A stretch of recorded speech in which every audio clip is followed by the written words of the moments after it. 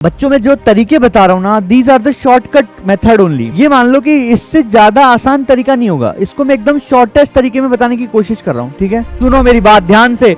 अगर ऐसा सवाल आता है नोट करके रख लो, इसको एंड में करना है अगर टाइम मिला तो।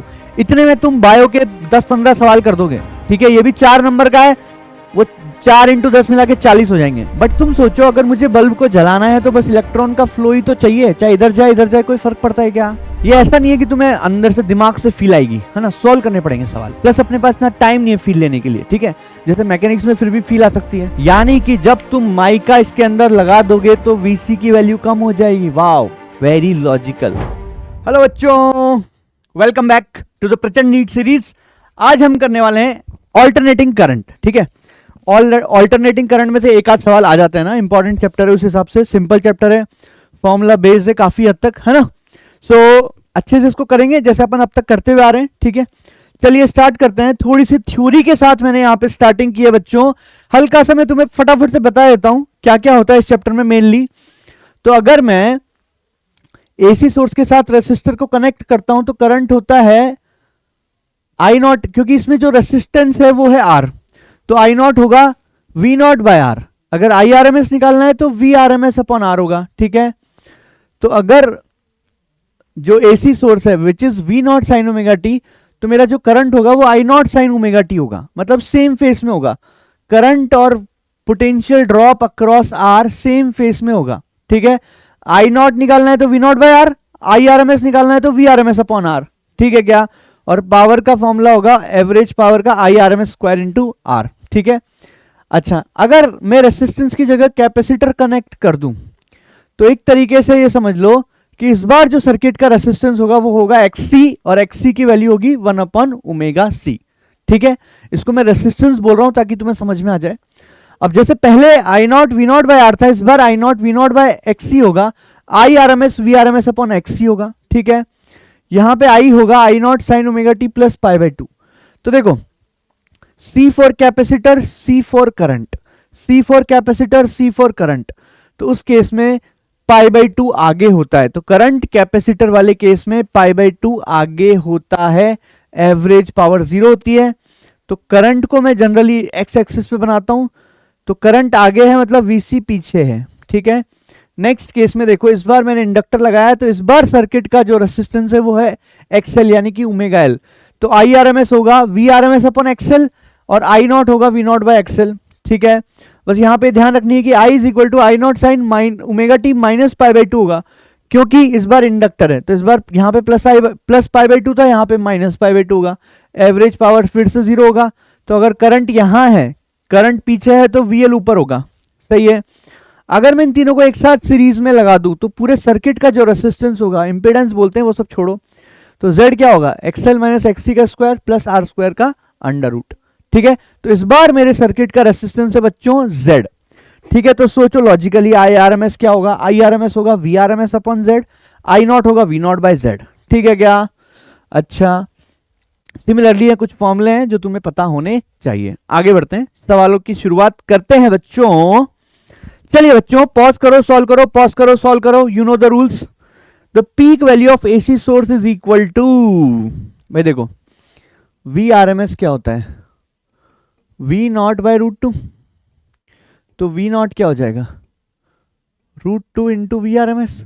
बहुत ही आसान सवाल है क्या, तो √2 times the R M S value, तो आंसर आ जाएगा बच्चों डी। ठीक है, हल्का सा मैं तुम्हें बता देता हूं कि एसी और डीसी में क्या डिफरेंस होता है। यहां पे देखो, यहां पे एक लाइट का सोर्स है, सॉरी एक बल्ब लगा दिया मैंने, और यहां पे एक बैटरी लगा दी। ठीक है, this is a DC source and this is AC source. तो डीसी सोर्स में क्या होगा, मान लो इलेक्ट्रॉन है, ये प्लस है, तो करंट ऐसे कंटिन्यूअसली फ्लो करेगा, करंट ऐसे कंटिन्यूअसली फ्लो करेगा, मतलब इलेक्ट्रॉन कंटिन्यूअसली ऐसे जाएंगे। तो डीसी में देखो क्या हो रहा है, जैसे मैंने स्विच को क्लोज किया, इलेक्ट्रॉन्स कंटिन्यूअसली फ्लो करना शुरू कर गए। अब यहां पे तुम्हें दिख रहा होगा कि इलेक्ट्रॉन बहुत धीरे धीरे जा रहे हैं। धीरे धीरे क्यों जा रहे हैं, क्योंकि इनका वीडी जो ड्रिफ्ट वेलोसिटी होती है वो काफी कम होती है बच्चों। ठीक है, अच्छा अब एसी में क्या होता है, लॉजिकली सोचो, एसी में क्या होता है बच्चों, एसी में ये पोलैरिटी चेंज होती रहती है कंटिन्यूअसली। तो कभी इलेक्ट्रॉन इधर जाएगा, कभी इधर जाएगा, कभी इधर जाएगा, कभी इधर जाएगा, कभी इधर जाएगा। तो देखो यहां से एसी में क्या हो रहा है, देखो ऐसा लग रहा है कि ये वाइब्रेट कर रहे हैं बस, बट तुम सोचो अगर मुझे बल्ब को जलाना है तो बस इलेक्ट्रॉन का फ्लो ही तो चाहिए, चाहे इधर जाए कोई फर्क पड़ता है क्या? नहीं फर्क पड़ता। ठीक है, so this is how DC source behaves. ठीक है, this is how AC source behave, this is how DC source behaves. Cool, चलिए बढ़ते हैं अगले सवाल की तरफ। हाँ भाई, नेक्स्ट क्वेश्चन सॉल्व करेंगे, है ना। इस टाइप के सवाल आएंगे भाई ज्यादातर नीट में, सिंपल देखते हैं कैसे करेंगे। टाणा कुछ कुछ दिया है ना। अब देखो यहाँ पे फ्रीक्वेंसी दी हुई है अपन को, तो ओमेगा होता है 2 पाई एफ, तो ओमेगा हो जाएगा बच्चों 100 पाई। ठीक है, ओमेगा हो गया अपना 100 पाई। अच्छा, पीक करंट पूछा है, तो यहाँ पे कैपेसिटर है, तो याद करो पीक करंट का फॉर्मूला क्या होगा, वी नॉट बाय एक्स सी, है ना। सोचो जरा अच्छे से, वी नॉट बाय एक्स सी, है ना। और हमेशा ध्यान रखना बच्चों, यहां पे तुम देख सकते हो 210 दिया हुआ है, बैटरी की वैल्यू कितनी है या वोल्टेज कितना लिखा हुआ है 210। तो अगर कभी भी साइन या कॉस की टर्म में नहीं है और केवल ऐसे लिखा हुआ है तो मतलब ये आरएमएस वैल्यू है। ठीक है, तो वी नॉट क्या हो जाएगा भैया, आरएमएस है तो इसको √2 से मल्टीप्लाई कर देंगे, तो 210 इंटू √2 डिवाइडेड बाय एक्ससी निकालना पड़ेगा मुझे, तो एक्ससी निकाल लेते ना। एक्ससी होता है बच्चों 1 upon omega C, 1 upon 100 pi into C कितना है भाई साहब, सी है यहाँ पे 10 माइक्रोफेरेड विच इज 10 इंटू 10⁻⁻⁶, तो इट विल बिकम 10⁻⁻5। तो एक्ससी कितना आ गया भाइयों, एक्ससी आ गया यहाँ से 10⁻³ अपॉन पाई, तो ये ऊपर जाएगा तो 10⁻³ बन जाएगा, अपॉन पाई हो जाएगा। तो एक्ससी की वैल्यू आ गई कुछ तो।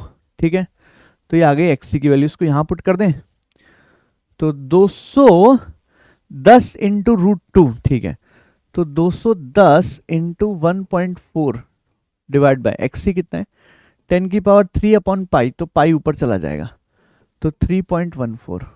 ठीक है, तो ये मेरा कुछ आंसर आएगा ऐसा। ठीक है, अब देखो यहाँ पे थोड़ी कैलकुलेशन करनी पड़ेगी, तो 210 को 1.4 से मल्टीप्लाई करेंगे तो कितना आएगा, it will be I think 21 into 4 84, यानी कि 294। तो ये हो गया 294 को 3.14 से मल्टीप्लाई करेंगे, तो 294 को 3.14 से मल्टीप्लाई करेंगे तो काफी हद तक 900 समथिंग आएगा, 930 समथिंग डिवाइड बाय 1000। तो जो सबसे पास आंसर है वो 0.93 है बच्चों। ठीक है, तो ये मेरा आंसर हो जाएगा। एग्जैक्ट कैलकुलेशन क्यों करूं यार मैं, तुम खुद ही सोचो ना। ये हो गया 294 को 3 से मल्टीप्लाई करोगे 3 पॉइंट समथिंग से, तो 300 इंटू 3 900 समथिंग होएगा, 900 डिवाइड बाय 1000, यही तो एक सबसे पास आंसर है। आगे बढ़ते हैं, अगला सवाल देखो बच्चों, capacitor of capacitance C is connected across AC source. ठीक है, द डिस्प्लेसमेंट करंट पूछा है कुल मिला के। ठीक है, तो यहां पे देखना जरा,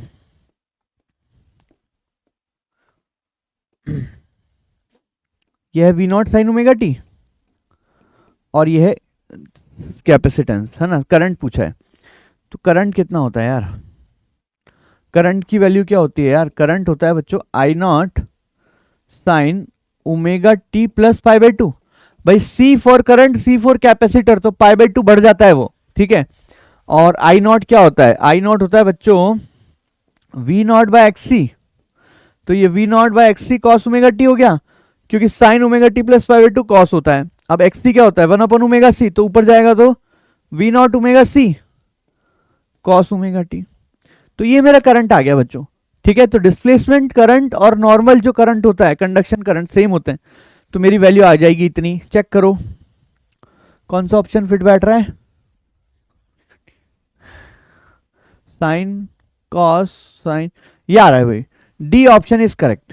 ठीक है, चलिए अगला सवाल, फटाफट से कर दो, पॉज करके फटाफट से कर दो, अब मेरे को सॉल्व करने की जरूरत नहीं पड़नी चाहिए इस सवाल को। चलो मैं डायग्राम बना रहा हूं जब तक। टन टन, तो ये है 200, ये है मेरा कैपेसिटर, तो ओमेगा फ्रीक्वेंसी है बच्चों 50, तो ओमेगा हो जाएगा 2 पाई एफ, यानी कि 100 पाई ठीक है, the RMS value of current. अब तुम्हें पता है यार, IRMS में इतनी बार बोल चुका हूँ, VRMS अपॉन जो भी उस सर्किट का रेसिस्टेंस होगा, तो यहाँ पे XC होगा। ठीक है, तो XC क्या होगा, 1/ω/C। चलो पुट कर दें, तो VRMS कितना है भाई साहब, ये 200 वोल्ट लिखा हुआ है, बिना साइन कॉस के लिखा है, मतलब ये अपना RMS वैल्यू है ना। अगर लिखा होता पीक वोल्टेज 200 तो फिर वो मैक्सिमम हो जाता, लेकिन यहाँ पे ऐसा भी नहीं लिखा, तो ये मेरा RMS है 200, है ना। और एक्चुअली रुको, VRMS अपॉन 1/ω/C, तो ये ω/C इंटू VRMS हो जाएगा एक तरीके से। ओमेगा कितना है, 100 पाई, और C कितना है, C कितना है, C है बच्चों 40 इंटू 10⁻⁻⁶, और VRMS कितना है 200। ठीक है ना, कुछ नहीं लिखा है तो 200 ही होगा VRMS। चलिए कर देते हैं। क्या क्या हो रहा है भाई इसमें, देखो 100, 2 0 3 5 0 है, इससे काट दो तो ये बच गया टा टा टा 8 पाई इंटू 10⁻⁻1 एक तरीके से, है ना, क्योंकि 5 जीरो को मैंने इस 10⁻⁻6 से उड़ा दिया, तो एक जीरो बच गया माइनस में। 8 पाई 8 इंटू 3 पॉइंट समथिंग, तो 25 समथिंग हो जाएगा इंटू 10⁻⁻1।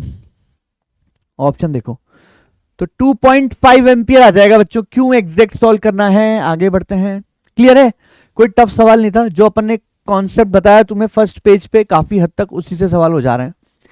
ठीक है, small signal voltage is applied across an ideal capacitor. ठीक है, ठीक है, पहला ऑप्शन करंट लैग्स वोल्टेज गलत है भाई। C for current, C for capacitor, current बढ़ता है 90 डिग्री आगे होता है। Over a full cycle capacitor does not consume any energy, सही बात है, क्योंकि इसका जो एवरेज पावर आया था बच्चों 0 आया था। ठीक है, ये भी गलत है और ये भी गलत है। चलिए आगे, अगला सवाल बच्चों, this is a very logical question, very logical. अब ये जो चैप्टर है ना बच्चों, ये ऐसा नहीं है कि तुम्हें अंदर से दिमाग से फील आएगी, है ना, सॉल्व करने पड़ेंगे सवाल, प्लस अपने पास ना टाइम नहीं है फील लेने के लिए। ठीक है, जैसे मैकेनिक्स में फिर भी फील आ सकती है, इसमें तुम्हें कहां से तुम्हें करंट दौड़ेगा, है ना, तुम्हारे दिमाग में दौड़ नहीं सकता करंट। तो देखो, लाइट बल्ब और एक कंडक्टर, तो एक लाइट बल्ब है, ये बल्ब है, तो इसका कुछ रेसिस्टेंस होगा, इसका कुछ L होगा।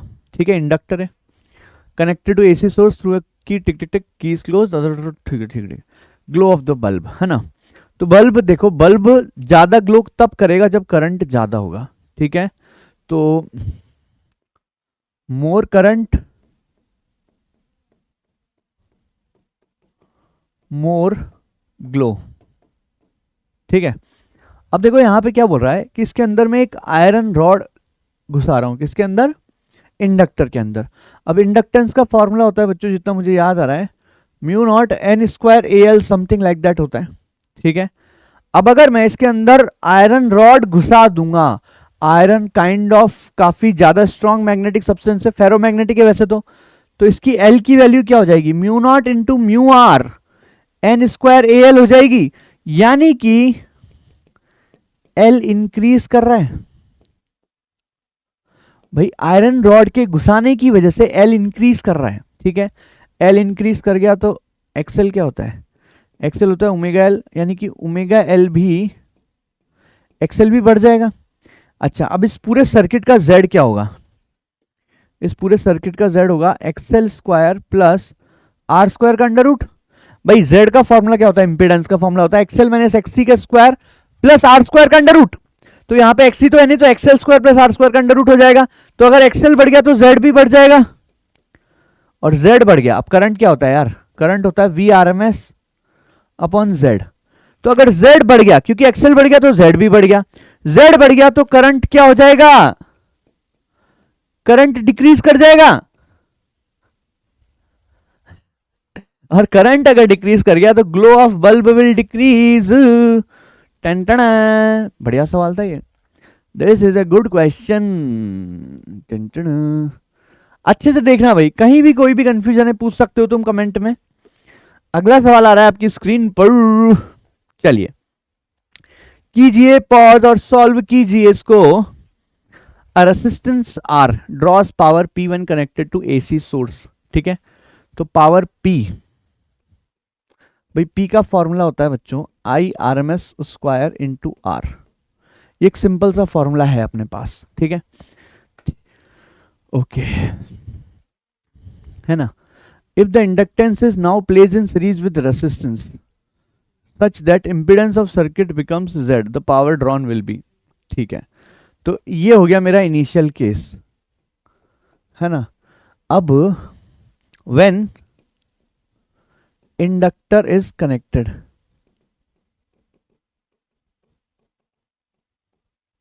इंडक्टर को ज्वाइन कर दिया तो पावर क्या हो जाएगी, IRMS का square, wait I will use another method, power हो जाएगी VRMS IRMS cos फाई।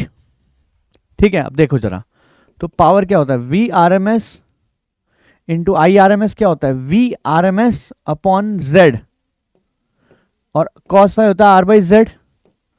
सही है क्या? तो when only R is connected, तो पावर क्या हो जाएगी भाई, Z भी R है वहां, तो ये हो जाएगा बच्चों VRMS का स्क्वायर बाय R। ठीक है, when only R is connected, क्योंकि यहां पे VRMS तो बैटरी पे डिपेंड करता है, तो तुम इंडक्टर लगाओ चाहे कुछ भी लगाओ, तो VRMS तो फिक्स रहने वाला है, इसलिए मैंने ये वाला फॉर्मूला यूज किया, ना कि IRMS स्क्वायर इंटू R, क्योंकि I तो चेंज हो जाएगा। अब now L is also joint, L is also connected, तो क्या हो जाएगा, ध्यान से सुनना, P कितना हो जाएगा, P डैश बोल रहा हूं मैं, तो P क्या हो जाएगा, ये वाला फॉर्मूला यूज करूं तो VRMS का square upon Z square into R हो जाएगा।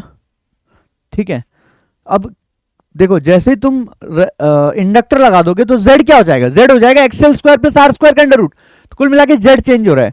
तो if we compare these two equations, let's compare these two equations, so let's compare these two equations, है ना। तो इक्वेशन 2 डिवाइडेड बाय इक्वेशन 1, तो जो P डैश अपॉन P होगा, है ना, ये तो कट गया, VRMS का स्क्वायर तो कट गया, तो R by Z square divided by 1 upon R, divided by 1 upon R, तो ये चला जाएगा बच्चों, P डैश अपॉन P हो जाएगा बच्चों R square by Z square, यानी कि इस बार जो पावर आएगी वो आएगी P into R square by Z square. This is going to be your final power when inductor is connected. सही है, तो ऑप्शन डी इज करेक्ट। ठीक है, I hope this is clear to everyone. So I have used the formula in terms of VRMS square, like I have used this. Why I didn't use IRMS square, क्योंकि IRMS तो change हो रहा है, VRMS change नहीं होगा। ठीक है, VRMS तो उस AC सोर्स पे डिपेंड करता है। ठीक है, this is also a good question, this is also a good question. अगला सवाल आ गया है आपकी स्क्रीन पर। Coil of self inductance is connected in series with bulb AC source, brightness of bulb decreases. Brightness of bulb decrease का मतलब क्या हो गया, I ऑल्सो डिक्रीजेस। अभी क्या है ऐसा सवाल, अभी क्या है बच्चों, तो ए ऑप्शन देखो क्या बोल रहा है, an iron rod is inserted in the coil. जब तुम आयरन रॉड लगा दोगे, तो देखो अभी किया था ये सवाल, आयरन रॉड लगा दोगे तो एल की वैल्यू बढ़ जाती है, म्यू आर से मल्टीप्लाई हो जाता है एल, तो एल बढ़ जाता है तो एक्सएल बढ़ जाता है, एक्सएल बढ़ जाता है तो जेड बढ़ जाता है, एक्सएल बढ़ जाता है तो जेड बढ़ जाता है। तो इसमें क्या होगा, जेड बढ़ जाएगा, जेड बढ़ गया तो करंट कम हो जाएगा। ठीक है, तो यही ऑप्शन सही लग रहा है, क्योंकि इसने बोला है कि ब्राइटनेस ऑफ बल्ब डिक्रीजेस, कब डिक्रीज करेगी, तो ऑप्शन ए इज करेक्ट। सही है, तो यू हैव टू रिमेंबर, याद रख लो ये सब। ठीक है, ये वाला कॉन्सेप्ट याद रख लो। 2 सवाल आ गए देखो लगातार, कि जब आयरन रॉड इसके अंदर डाल देंगे अपन तो क्या होगा, आयरन रॉड डालने से एल की वैल्यू बढ़ जाएगी, एल की वैल्यू बढ़ने से ओमेगा एल बढ़ जाएगा, यानी कि एक्सएल बढ़ जाएगा, यानी कि जेड बढ़ जाएगा, जेड बढ़ जाएगा तो करंट कम हो जाएगा। अगला सवाल, very good question, very good, very logical also, है ना, काफी हद तक ये काफी लॉजिकल सवाल है बच्चों। तो लगाओ अपना दिमाग और सॉल्व करने की कोशिश करो। RC circuit is connected to alternating source, तो आर और सी है यहां पे,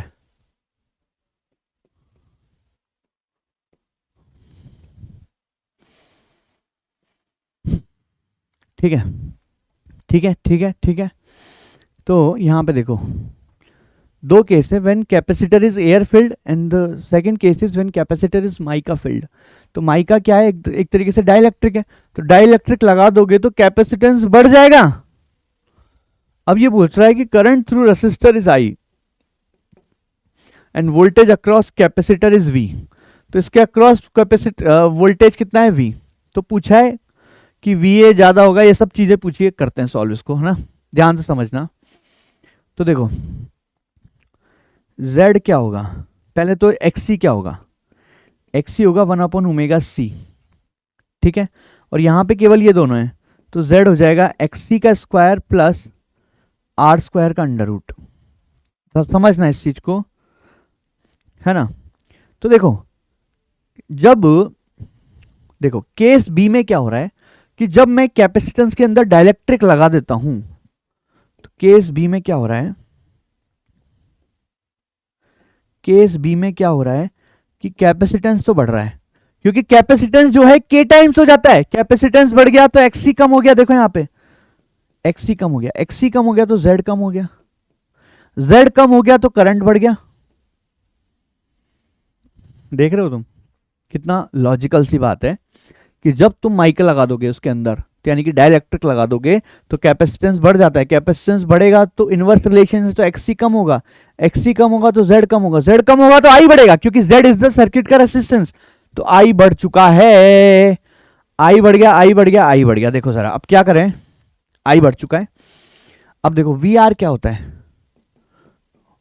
what is the potential difference across R, V R is equal to I R, तो आई बढ़ गया तो यानी कि वी आर बढ़ गया, वी आर बढ़ गया, इसका मतलब आई बढ़ गया, तो यहां पे तुम देखो आई बढ़ गया तो वी आर बढ़ गया। अब देखो ये तो बैटरी तो सेम है, अभी भी बैटरी सेम है। अब तुम्हें पता होना चाहिए कि वी जो होता है वो V R square plus VC square का अंडर रूट होगा। तो अगर वी आर बड़ा है, क्योंकि बैटरी सेम है, वी आर बड़ा है तो वीसी को कम होना पड़ेगा, यानी कि जब तुम माइका इसके अंदर लगा दोगे तो वीसी की वैल्यू कम हो जाएगी। Wow, very logical. तो इसका मतलब केस बी में वी की वैल्यू कम होगी, क्योंकि वोल्टेज अक्रॉस कैपेसिटर को वी बोल रहा है, तो यानी कि वी की वैल्यू कम हो जाएगी। तो वी की वैल्यू कम किस केस में है, ऑप्शन सी, क्या सही है, ऑप्शन सी हो जाएगा आंसर, क्योंकि वी बी का मतलब है बी वाला केस, तो बी वाले केस में वोल्टेज अक्रॉस कैपेसिटेंस कम हो जाएगा, ठीक है। तो this is a very good question बच्चों, मजा आ गया इसको करने में, मुझे ही मजा आ गया, ठीक है, हो गया। आगे बढ़ते हैं, आगे बढ़ो, आगे बढ़ो, आगे बढ़ो, आगे बढ़ो, आगे बढ़ो, आगे बढ़ो, इजी है ना। ये इंपॉर्टेंट क्वेश्चन है बच्चों, ऐसे सवाल आने की काफी प्रोबेबिलिटी नीट में, है ना, ऐसे सवाल आने की काफी प्रोबेबिलिटी है। An inductor of this this this this this this, ठीक है, कुछ कुछ दिया, पढ़ लिया मैंने, तुम भी पढ़ लो। Potential difference across L C R 40 10 40, तो डायग्राम में बनाया हुआ है, ज्यादा दिमाग लगाने की जरूरत नहीं है। एम्पलीट्यूड ऑफ करंट पूछा है, ओहो एम्पलीट्यूड दिया है, सॉरी एम्पलीट्यूड कितना है बच्चों, आई नॉट 10√2 है, आई नॉट दिया है तो आई कितना हो जाएगा, आई नॉट बाई √2, यानी कि आर एम एस आ जाएगा, आर एम एस की वैल्यू 10 आ जाएगी, तो आई आर एम एस आ चुका है बच्चों 10। अब देखो इंपीडेंस पूछा है, तो तुम्हें पता है कि आई आर एम एस होता है V अपॉन Z, क्योंकि V जो होगा वो V आर एम एस आएगा, तो यहां से V निकाला जा सकता है, तो V क्या होगा, V R square plus V L minus VC whole square का अंडर रूट, इंपॉर्टेंट फॉर्मूला है। तो इससे जो आएगा V वो इस बैटरी का वी आर एम एस आएगा, तो वी आर का स्क्वायर है 40 का square, we L minus VC करोगे तो 30 का स्क्वायर, का अंडर रूट। तो यानी कि V की वैल्यू 50 आ गई क्या, मतलब बैटरी का यानी कि एसी सोर्स का, बैटरी में ऐसे ही बोल देता हूं बस समझाने के लिए, बट ये एसी सोर्स है, एसी सोर्स का VRMS 50 है, तो ये 50 हो गया अपन Z। IRMS तुम्हें ऑलरेडी पता है, तो यहां से इंपीडेंस ऑफ द सर्किट यानी कि Z की वैल्यू 5 ओम आ जाएगी, है ना। तो बच्चों में जो तरीके बता रहा हूं ना, these are the shortcut method only, मतलब ये मान लो कि इससे ज्यादा आसान तरीका नहीं होगा, इसको मैं एकदम शॉर्टेस्ट तरीके में बताने की कोशिश कर रहा हूं, ठीक है।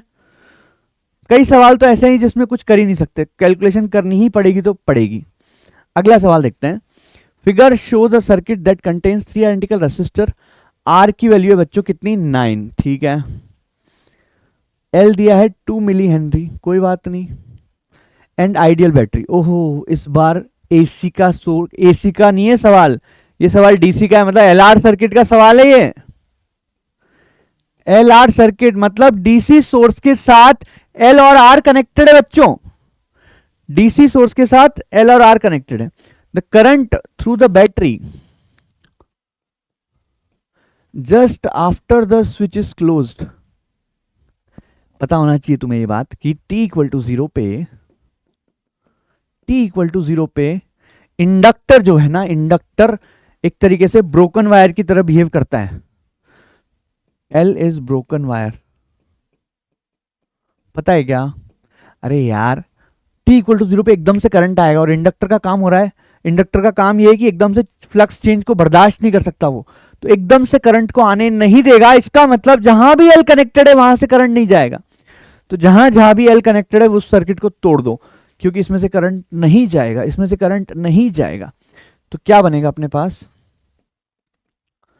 ये 18 वोल्ट है, इसमें से करंट जा नहीं सकता, इस सर्किट को तोड़ दो, ये बचा दूसरा वाला R, है ना। इस सर्किट को मैंने तोड़ दिया, ये बचा मेरा R, ये वाला सर्किट भी तोड़ दिया। तो अब करंट के पास एक ही रास्ता है जाने का, करंट के पास यही रास्ता है t इक्वल टू 0 पे जाने का।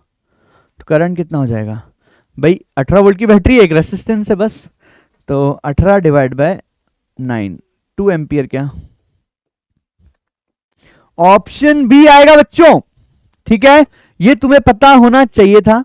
और t इक्वल टू इन्फिनिटी पे क्या होता है ना। अगर मैं सवाल में बोलता t इक्वल टू इन्फिनिटी पे बताना है तो क्या करते, तो एक बार कमेंट करके बताना बच्चों, मुझे मैं देखना चाहता हूं कि तुम लोगों को आता है नहीं, तो ये बताना t इक्वल टू इन्फिनिटी पे अगर सवाल पूछता तो क्या करते, ठीक है। चलिए अगला सवाल आ चुका है अपनी स्क्रीन पर, ठीक है ठीक है, कुछ कुछ दिया हुआ है, V दिया हुआ है, resonant frequency is V naught, then the frequency of AC source is V। अरे यार ये कैसा सवाल है, बहुत ही सिंपल सवाल है, ये जो एक्स्ट्रा इंफॉर्मेशन दी है वो बहुत फालतू है। क्यों, क्योंकि मुझे पता है एट रेजोनेंस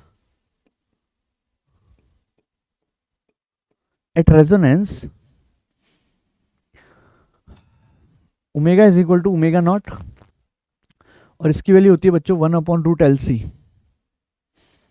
ठीक है ठीक है। तो ये ओमेगा निकाल लोगे या फिर फ्रीक्वेंसी भी निकाल सकते हो, F is equal to F naught which is 1/π√LC। अब यहां से ओमेगा तो मुझे साफ साफ दिख रहा है ना यार, कि जो ओमेगा नॉट होगा वो 100 के बराबर होना चाहिए भाई, साइन ओमेगा टी होता है, तो ओमेगा नॉट मिल गया, मतलब 1/√LC की वैल्यू भी 100 होनी चाहिए क्या।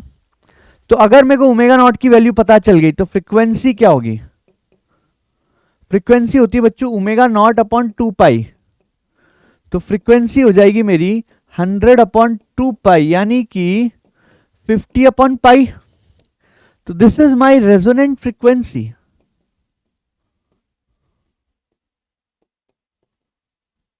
तो तुम अगर 1/√LC करोगे तब भी 100 ही आना चाहिए, और कोई ऑप्शन है नहीं, सही है क्या, ठीक है। तो रेजोनेंट फ्रीक्वेंसी आ जाएगी अपनी 50/π, तो दोनों बराबर होनी चाहिए।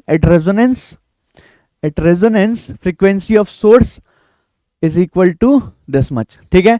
तो फ्रीक्वेंसी ऑफ सोर्स भी अपन निकाल सकते हैं, निकालना चाहो तो निकाल लो। तो ओमेगा नॉट कितना आएगा 1/√LC, कितना है, तो 1/10 इंटू सी कितना है, सी है 10 इंटू 10⁻⁻, यानी कि 10⁻⁻5 का अंडर रूट, तो 10⁻⁻4 का अंडर रूट, तो 10⁻⁻2 यानी कि 100 आ गई। तो ओमेगा वैसे भी 100 है, तो दोनों बराबर है, तो दोनों फ्रीक्वेंसी बराबर है, तो ये आंसर आ जाएगा। ठीक है, अगला सवाल देखो, अगला सवाल वेरी कॉन्सेप्चुअल, वेरी कॉन्सेप्चुअल है ना।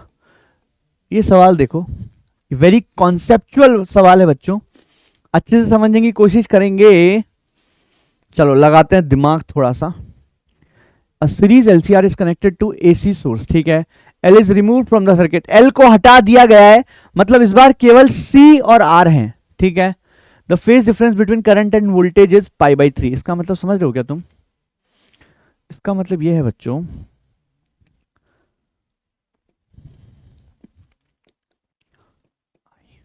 इस बार मैंने L को हटा दिया है, मतलब केवल C है। तो C वाले केस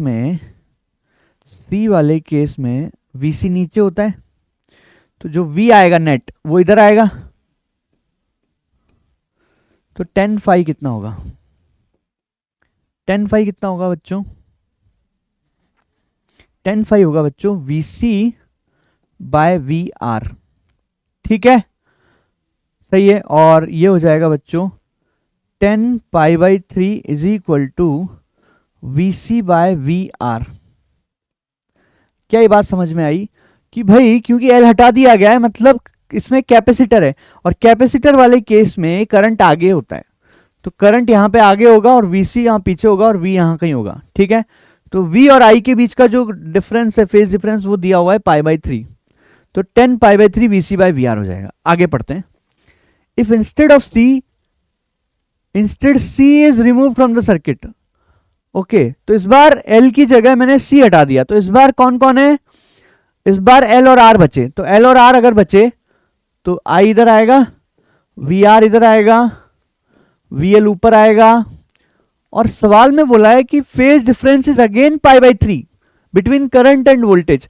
तो इस बार क्योंकि L कनेक्टेड है, तो इस बार कौन आगे होगा, इस बार ये आगे होगा वोल्टेज π/3 से। तो यहां भी अगर मैं देखूं तो 10φ का फॉर्मूला क्या हो जाएगा, VL/VR। भाई 10φ क्या होगा, सोचो जरा, 10φ क्या होगा, ये जो एंगल है ये फाई है, तो ये जो वैल्यू है वो मेरी VL के बराबर है, और ये वैल्यू मेरी VR के बराबर है, तो 10π/3 हो जाएगा VL/VR। ठीक है, तो अगर मैं इन दोनों इक्वेशन को कंपेयर करूं, इक्वेशन 1 और 2 को अगर मैं कंपेयर करूं, बच्चों ध्यान से समझना इस बात को कि मैं इक्वेशन 1 और 2 को कंपेयर कर रहा हूं, तो क्या आएगा, यहां से मुझे दिख रहा है कि 10π/3 VC/VR है, 10π/3 VL/VR है। इसका मतलब from equation 1 and 2 VL equal to VC, तो इसका मतलब समझ रहे हो, जब VL और VC बराबर हैं तो एक दूसरे को कैंसिल आउट कर देंगे। तो अगर एक दूसरे को कैंसिल आउट कर दिया तो पावर फैक्टर पूछा है, तो Z क्या हो जाएगा, Z हो जाएगा XL माइनस XC का स्क्वायर प्लस R² का अंडर रूट। तो अगर एक दूसरे को कैंसिल कर दिया, मतलब ये रेजोनेंट कंडीशन है, तो Z इक्वल टू R हो गया, तो cos फाई क्या हो जाएगा, R/Z, यानी कि R/R, यानी कि 1। तो ऑप्शन बी आ जाएगा बच्चों, चेक करो, ऑप्शन बी आ जाएगा। आगे बढ़े, अगला सवाल। Which of the following combination should be selected for better tuning. Better tuning मतलब मोर क्वालिटी फैक्टर। तो Q की वैल्यू क्या होती है, 1/R √L/C। तो जिसका क्वालिटी फैक्टर ज्यादा होगा उसकी अच्छी ट्यूनिंग होगी। ठीक है, तो क्वालिटी फैक्टर ज्यादा होने के लिए R कम होना चाहिए, L ज्यादा होना चाहिए, C कम होना चाहिए। तो R कम किस में है वो देख लेते हैं पहले। R कम है इस ऑप्शन में, नहीं इस ऑप्शन में, चेक करते हैं इस ऑप्शन को। तो R तो कम है, यहां तक तो ठीक है। अब L क्या होना चाहिए, L ज्यादा होना चाहिए। तो L कंपेयर करो, L ज्यादा है, वाओ ये तो बहुत आसान हो गया, वरना चारों के लिए अगर ये इतना आसान नहीं होता ना तो चारों के लिए क्यों निकालना पड़ता, समझ रहे हो तुम बात। अच्छा C कम होना चाहिए, C भी कम है, भाई इसमें तो इन्होंने बहुत अच्छे ऑप्शन बनाए हैं ताकि तुम्हें कैलकुलेशन ना करनी पड़े। भाई आर भी कम दे दिया, एल ज्यादा दे दिया, सी कम दे दिया, तो तीनों फैक्टर एकदम परफेक्टली दे दिए, तो ए ऑप्शन हो जाएगा। अदरवाइज अगर कुछ ऐसा होता कि आर कम होता लेकिन मान लो एल की वैल्यू 1.5 से कम होती तो कंफ्यूजन हो जाता है यहाँ पे, और सी की वैल्यू हो सकता है 30 की जगह 45 या 50 दे देता, तो अब अपन को चारों के लिए क्यू वैल्यू निकालनी पड़ती और फिर चेक करता मैं कि किसका क्वालिटी फैक्टर ज्यादा है। अगला सवाल आ चुका है अपनी स्क्रीन पर। This is a good question यार, टफ क्वेश्चन है ना, मतलब एक तरीके से बच्चा इसको करने में थोड़ा हिचकिचाएगा, वैसा सवाल है ये। तो सवाल पढ़ो, पॉज करो और कोशिश करो कि क्या तुमसे हो रहा है ये सवाल। ठीक है, अब मैं कर रहा हूं। सीरीज एलसीआर सर्किट ढो ढो ढो कुछ कुछ दिया हुआ है। Connected to 230 volt variable frequency AC source, the angular frequency of source at which power transferred is half the power at the resonant angular frequency. अब होता क्या है बच्चों, होता क्या है, एक कॉन्सेप्ट याद दिलाता हूं मैं तुम्हें जो अपने क्वालिटी फैक्टर निकालते टाइम यूज किया था।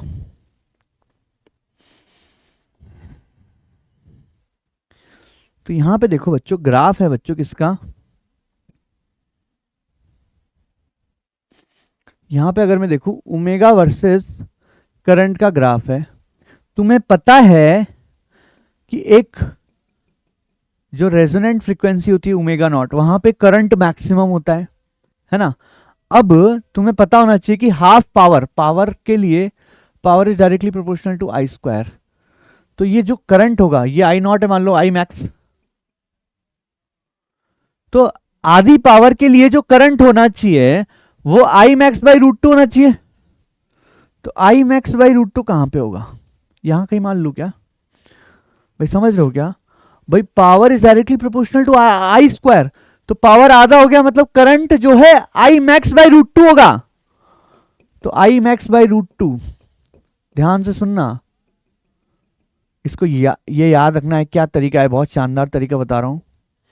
ठीक है, तो इसको मैं ओमेगा 1 मान लेता हूं, उसको ओमेगा 2 मान लेता हूं। इन दोनों के बीच का जो गैप होता है बच्चों वो होता है मेरा बैंडविड्थ। क्या होता है, बैंडविड्थ। और जो ओमेगा नॉट होता है वो होता है ओमेगा 1 प्लस ओमेगा 2 बाय 2। ठीक है, ये मेरी इक्वेशन 1 आ गई।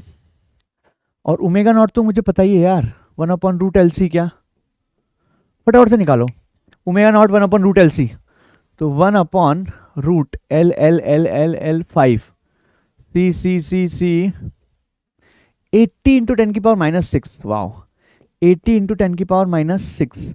तो जो ओमेगा नॉट आएगा 400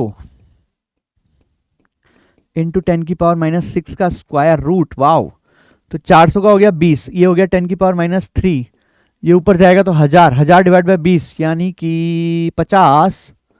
तो बच्चों जो ओमेगा नॉट आया है, मतलब ये वाला जहां पे रेजोनेंस होता है वो 50 आ गया, 50 रेडियन पर सेकंड जो भी आया। ठीक है ठीक है ठीक है ठीक है। इसके अलावा क्या, इसके अलावा क्या होता है बच्चों, एक और चीज मैं बताता हूं तुम्हें, एक और चीज बताता हूं कि जो बैंडविड्थ होती है ना, ये तुम्हें याद रखना पड़ेगा। बैंडविड्थ यानी कि डिफरेंस, यानी कि ओमेगा 2 माइनस ओमेगा 1 की वैल्यू होती है बच्चों आर बाई एल के बराबर। This you have to remember, है ना। हो सकता है कई बच्चों को बात ये पता ना हो। ठीक है, तो omega 2 minus omega 1 is equal to R by L, R by L निकालना साइड में, आर बाई एल, आर 40 और एल है 5, तो ये 8 हो गया। तो इसका मतलब बच्चों ओमेगा 2 माइनस ओमेगा 1 की वैल्यू 8 आ गई, है ना। तो ये इक्वेशन 2 हो गई। अब अपन से इस सवाल में ओमेगा 1 और ओमेगा 2 पूछा है। अब एक काम करते हैं, ऑप्शन का यूज करते हैं। तो पहली बात तो ये कि ओमेगा 1 प्लस ओमेगा 2 बाई 2 की वैल्यू 50 होनी चाहिए। ओमेगा 1 प्लस ओमेगा 2 बाई 2 की वैल्यू ओमेगा नॉट यानी कि 50 होनी चाहिए। तो दिस प्लस दिस बाई 2 50 नहीं होगा, पहला ऑप्शन गलत हो गया। 46 प्लस 54 डिवाइड बाई 2 50 होगा क्या, बिल्कुल ठीक है। अच्छा, ओमेगा 2 माइनस ओमेगा 1 8 है क्या, इन दोनों का डिफरेंस 8 है क्या, बिल्कुल सही है। तो ये दोनों इक्वेशन को मैच कर रहा है, तो इसलिए यही आंसर होगा। ठीक है, बाकी तुम कोई सा भी ऑप्शन देख लेना, ये दोनों इक्वेशन को जस्टिफाई नहीं कर पाएगा, ठीक है। चलिए आगे बढ़ते हैं। This is a good question, tough सवाल कुछ भी बोलना चाहो देख लो, है ना। ये अगर नीट में आता है तो बहुत ज्यादा बच्चा नहीं कर पाएगा, ठीक है, प्लस तुम्हें करना है। आगे बढ़ते हैं, आगे बढ़ते हैं। टिंग डंग डंग डंग डंग डंग डंग डंग डंग डंग डंग डंग। हाँ भाई, थोड़ा सा कैलकुलेशन लग रहा है इस सवाल में, है ना, कैलकुलेशन लग रहा है यार। इंडक्टर दिया है, कैपेसिटर दिया है, रेसिस्टर दिया है, पावर पूछा है। वाओ, तीनों चीजें दी है। तो पावर का फॉर्मूला यार अभी अपन ने देखा था, पावर होता है V R M S I R M S cos phi. तो पावर हो जाएगा V R M S, I R M S हो गया V R M S by Z, cos phi हो गया आर बाई जेड। तो भाई तूफानी, तो पावर हो जाएगा बच्चों वी आर एम एस का square into R upon Z square. So we have to find this. बहुत मेहनत है भाइयों। देखो वी आर एम एस तो इजीली निकल जाएगा 10/√2, बस जेड निकालना थोड़ा मेहनती काम है, उसके लिए एक्सेल निकालना पड़ेगा, एक्सी निकालना पड़ेगा, ओहो सर दर्द। चलो फटाफट से करते हैं। तो एक्सेल, एक्सेल यानी कि ओमेगा एल, ओमेगा देखो यहाँ पे 314 है ना, 314 ओमेगा है। तो 314 into L L L L L यानी कि 20 इंटू 10⁻³ तो एक्सेल कितना हो जाएगा। थोड़ा मैं रफ कैलकुलेशन करने वाला हूँ, है ना। तो ये 3 जीरो है, तो यहाँ पे एक पॉइंट आ जाएगा, यहाँ पे यहाँ आ जाएगा एक पॉइंट, तो 3.14 इंटू 2 यानी कि 6.28 आ जाएगा। और एक्सी क्या होता है यार, एक्सी होता है 1/ओमेगा c। ओमेगा है 314, सी कितना है 100 इंटू 10⁻⁻6 यानी कि 10⁻⁴ ऊपर चला जाएगा अपॉन 314। ठीक है ठीक है ठीक है, बहुत कैलकुलेशन है भाइयों। तो 314 को 3 से मल्टीप्लाई करता हूं तो अराउंड 1000 से थोड़ा ज़्यादा आएगा, तो 3 पॉइंट समथिंग आएगा, 3 पॉइंट समथिंग 31 का राउंड मान लूँ क्या इसको, अप्रॉक्स 31 मान रहा हूँ मैं, ठीक है। तो z क्या हो जाएगा, z हो जाएगा एक्सएल माइनस एक्सी का स्क्वायर प्लस आर स्क्वायर का अंडर रूट। तो एक्सएल माइनस एक्सी का स्क्वायर यानी कि दिस माइनस दिस कर लो ना, तो अराउंड 25 हो गया ये, 25 और आर है 50, तो 25 का स्क्वायर प्लस 50 का स्क्वायर का अंडर रूट, तो ये हो गया 2500, 2500 और 25 का स्क्वायर 625 यानी कि 3125। तो 3125 3125, ठीक है। तो ये क्या हो गया, z हो गया √3125, ठीक है। अब ध्यान से सुनो, ये किसका स्क्वायर हो सकता है भाई, 50 का स्क्वायर हो सकता है 2500, 60 का स्क्वायर होता है 3600, तो 50 और 60 के बीच में करीबन 56 टाइप होना चाहिए, ठीक है। आ गया z, बाप रे। अब यहां आ जाओ पावर पे, तो power V R M S का स्क्वायर यानी कि 10/√2 का स्क्वायर, तो 10/√2 का स्क्वायर इंटू आर, आर कितना है 50 डिवाइडेड बाय 56 का स्क्वायर। तूफानी सवाल है भाई। 100 divide by 2 into 50 divide by 56 into 56। Very good very good very good. करें कैलकुलेशन थोड़ी सी अब, और क्या। तो ये हो गया 50, 50 इंटू 50, एक तरीके से ये हो गया 50 इंटू 50 डिवाइड बाय 56 इंटू 56। बाप रे, पसीने आ गए। चलो एक बार देख लेते हैं फटाफट से, कैलकुलेटर का यूज कर रहा हूं मैं तो, क्योंकि मेरी मर्जी, ठीक है। अपन को यार सवाल जल्दी से करना है। 56 डिवाइड बाय 56 तो 0.79 आएगा, यही मुझे लग रहा था क्योंकि बाकी ऑप्शन दूर है, तो 0.79 आ गया, ठीक है। अब यार देखो, सुनो मेरी बात, सुनो मेरी बात ध्यान से। अगर ऐसा सवाल आता है नोट करके रख लो, इसको एंड में करना है, अगर टाइम मिला तो। इतने में तुम बायो के 10-15 सवाल कर दोगे, ठीक है। ये भी 4 नंबर का है, वो 4 इंटू 10 मिला के 40 हो जाएंगे, ठीक है। तो ऐसे सवाल को एंड में करना है, सिंपल सी बात सुन लो। अगला सवाल, ओहो पावर फैक्टर पूछा है, आसान है। पावर फैक्टर क्या होता है, cos φ = r/z। ठीक है, अच्छा ठीक है। पहले तो देखो यहाँ पे कुछ कुछ दिया हुआ है, तो पूरे सर्किट का वी निकाल लो। तो पूरे सर्किट का वी क्या होता है, वी एल माइनस वी सी का स्क्वायर प्लस वी आर का स्क्वायर का अंडर रूट। तो रेसिस्टेंस, कैपेसिटेंस, इंडक्टेंस, तो रेसिस्टेंस है 80, तो 80 का स्क्वायर प्लस इन दोनों का डिफरेंस हो गया 60 का स्क्वायर, तो v हो जाएगा बच्चों 100, है ना। अब देखो यहां पे इसको मल्टीप्लाई कर दो, आई आर और ये आई जेड, ध्यान से समझना। आई आर मतलब वी आर और आई जेड मतलब पूरे सर्किट का वी। तो वी आर है बच्चों 80 और वी है 100। 0.8 इज द करेक्ट आंसर, ठीक है। 0.8 आंसर आ जाएगा बच्चों उसका। अगला सवाल देखो, नो भाई देखो ये सवाल और ये सवाल दोनों एक दूसरे के भाई हैं, है ना। तो इसको कब करते हैं, लास्ट में करते हैं, बट मैं यहां कर रहा हूं तुम्हारे लिए, बट ऐसे फालतू सवालों को अपन लास्ट में ही करेंगे। सुन रहे हो ना मेरी बात। तो अभी अभी अपन ने पावर का फॉर्मूला निकाला था, वही चिपका दो, वी आर एम एस का square into R upon Z square, ठीक है भैया। तो जेड के लिए पहले मेरे को एक्सेल फालतू चीजें निकालनी पड़ेगी। तो एक्सेल क्या हो जाएगा, एक्सेल हो जाएगा ओमेगा एल, ओमेगा है 340 और एल कितना है बच्चों, एल है 20 इंटू 10 की पावर माइनस 3। तो एक्सेल हो जाएगा, देखो एक जीरो इधर से, एक जीरो इधर फेंक दो, तो 3.4 इंटू टी यानी कि 6.8 हो गया ये। और एक्सी क्या हो जाएगा, 1 अपॉन ओमेगा सी, तो 1 अपॉन 340 इंटू सी सी सी सी सी 50 इंटू 10 की पावर माइनस 6। तो एक्सी हो जाएगा बच्चों 10 की पावर 6 को ऊपर फेंक दो, 340 इंटू 50, है ना। अब मैं क्या कर रहा हूँ, मैं थोड़ा सा इसमें फर्जीवाड़ा कर रहा हूँ, इसको लिख दो ये इंटू ये डिवाइड बाय 340 इंटू 50, है ना। इसको ये मान लो तीन बार कट गया, ये 20 बार कट गया, तो एक्सी हो गया अराउंड 60।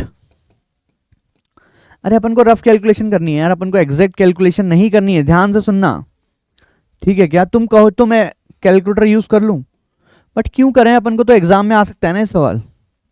तो z क्या हो जाएगा, एक्सी माइनस एक्सएल का स्क्वायर प्लस आर स्क्वायर का अंडर रूट। तो एक्सी माइनस एक्सएल का स्क्वायर कुछ तो आएगा 52-53, जो भी आएगा, अपन ज्यादा दिमाग ला रहे हैं, तो इसको 52 का स्क्वायर बोल दूं, प्लस आर कितना है 40 का स्क्वायर का अंडर रूट, ठीक है। अब ये कितना है, 50 का स्क्वायर होता है 2500, तो इसको 52 का स्क्वायर, कुछ कुछ कैलकुलेशन रफ है तो 2700 मान लो, 2700 और ये हो गया 1600, 2700 और 1600 कितना हो गया 3300, 4300, रूट 4300 हो गया ये अराउंड मान लो। तो z की वैल्यू आएगी अराउंड 60 से ऊपर 70 से कम, तो 65 मान ले। क्यों करूं मैं फर्जी कैलकुलेशन, 65 आ गया, 65 आ गया, 65 आ गया, 65 आ गया, यहाँ चिपका दें, तो पावर कितना आएगा, वी आर एम एस वही 10/√2, तो 100/2 हो जाएगा, इंटू आर कितना है, R R R 40 divide by 65 into 65, है ना। ये 20 से कटेगा, तो 2000 अपॉन 65 इंटू 65, बेसिकली 65 इंटू 65, तो देखो 60 इंटू 60 होता है 3600, तो ये 4000 के आसपास मान लो, 0.5 के अराउंड आंसर आएगा। भाई ये कैलकुलेशन भी काफी टफ है ना। इस सवाल को भी लास्ट में करना, इसको लास्ट में करना। चलिए अगला सवाल देखो, वेरी इजी, अब तक तुम लोगों का आंसर आ जाना चाहिए। भाई एनपी अपॉन एनएस क्या होता है, वीपी अपॉन वीएस, तो वीएस अपॉन वीपी क्या हो जाएगा, भाई एनपी अपॉन एनएस हाफ है, तो वीएस अपॉन वीपी उल्टा हो जाएगा, तो 2/1 आ जाएगा। Very easy actually. अगला सवाल, अगला सवाल, अगला सवाल, अगला सवाल, step down transformer connected to AC main supply. तो जो मेन सप्लाई है वो वीपी हो जाएगा, तो वीपी हो जाएगा 220 और मेड टू ऑपरेट तो वीएस हो जाएगा 11 वोल्ट। तो इसको ऑपरेट करवा रहे हैं इतने पे। इसकी पावर कितनी है बच्चों? पावर है 44। इसका मतलब ये हुआ करंट इन प्राइमरी बोला है। अब लॉस तो है नहीं तो अपन को दिमाग लगाने की जरूरत नहीं है, यानी कि वीपी आईपी की वैल्यू पावर हो जाएगी, तो वीपी है 220 into IP is equal to 44। तो आईपी कितना हो जाएगा बच्चों? 44 डिवाइड बाय 220 तो 440, यानी कि हो जाएगा 0.2। क्या चेक करो, 40 इंटू 10 होता है 440, तो ये 5 है, तो 1/5 यानी कि 0.2। तो 0.2 एम्पियर आ जाएगा बच्चों। ठीक है, सिंपल सवाल था, इजी पीजी इजी पीजी। अगला सवाल देखो, अगला सवाल देखो। इस बार एफिशिएंसी दी हुई है ट्रांसफार्मर की, मतलब 100% एफिशिएंसी नहीं है, मतलब जो आउटपुट वाली पावर है इज 90% ऑफ पावर इनपुट, यानी कि सेकेंडरी यानी कि VSIS is equal to 0.9 into VPIP। समझ रहे हो क्या? ठीक है, वर्किंग ऑन 200 वोल्ट है ना, तो VP है बच्चों 200, power input is equal to 3000। तो IP इंटू VP क्या हो जाएगा? 3000। तो IP into 200 is equal to 3000। तो IP क्या हो जाएगा? कितना? 15 हो जाएगा क्या? IP हो गया बच्चों 15 एम्पियर। चेक करो, IP हो गया बच्चों 15 एम्पियर, है ना, क्योंकि इनपुट पावर दी हुई है, इनपुट वोल्टेज दिया हुआ है, तो input voltage into IP is equal to 3000 हो गया। अब मुझे सेकेंडरी का 6 दिया हुआ है, तो VS into 6 is equal to 0.9 into 3000, total power तो पता ही है, तो VS into 6 is equal to 2700। तो यहां से जो VS की वैल्यू आएगी बच्चों वो 450 वोल्ट आ जाएगी। तो मुझसे पूछा क्या है? वोल्टेज अक्रॉस सेकेंडरी यानी कि 450, यहां पर है दोनों ऑप्शन में, और current in primary which is 15। तो ये आंसर आ जाएगा क्या बच्चों? तो ट्रांसफार्मर के सवाल भी हो गए। तो मेरे ख्याल से अपने सारे टाइप के सवाल कर लिए हैं, है ना। इसको अच्छे से देखना बच्चों, इसमें अच्छे अच्छे सवाल हैं। अपन ने जो तरीका यूज किया है वही उसका मेरे हिसाब से सबसे इजी तरीका है। ठीक है, तो please check these videos carefully. जब भी तुम, जैसे ही तुम्हारा सिलेबस खत्म होता है किसी चैप्टर का, इनको वापस करो, पॉज कर करके करो, जहां भी तुम्हें दिक्कत आ रही है कमेंट में बता दो। ठीक है बच्चों, तो यही अपना ऐसी खत्म होता है ना। अगली क्लास में मिलेंगे अगले लेक्चर के साथ। Tata bye bye, see you.